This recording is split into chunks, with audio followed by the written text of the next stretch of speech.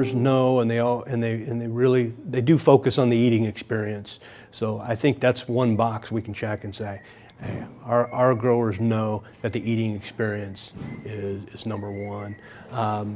The affordability, I think that's a balancing act, right?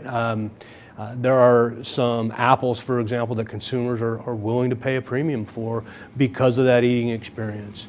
And then you've got the convenience factor.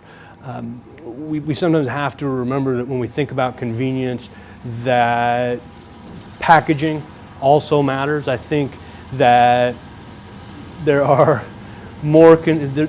more fresh fruit products now that are pre-packaged, kind of grab and go. And then that's not just for fruits, it's fruits and vegetables in general, kind of a grab and go convenience factor type of item. So I think we're seeing more and more consumers who maybe don't want to do it the traditional way, and that is sort through big bins of produce. Now, having said that, the bulk produce is still the vast majority in the fruit space. That's how it's sold.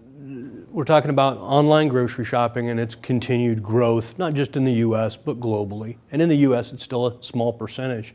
And I mentioned the idea that if you look at the online grocery retailer strategies, you can immediately tell when you go to a website that by and large, fresh produce is one of the most important things that they're marketing online, just like they do in the brick and mortar store.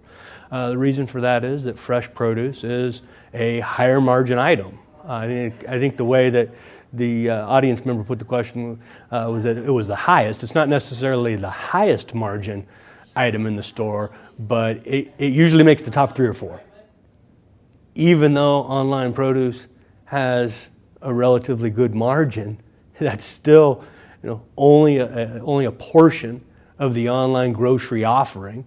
And you've got some, depending on the online business model, I mean, you've got some major capital investments. These organizations that are building huge fulfillment centers regionally around the United States to be able to deliver products like this online. So you've got, just because one of the products has a good margin doesn't necessarily mean that they're doing the volumes of that product or other products to make this thing profitable just yet.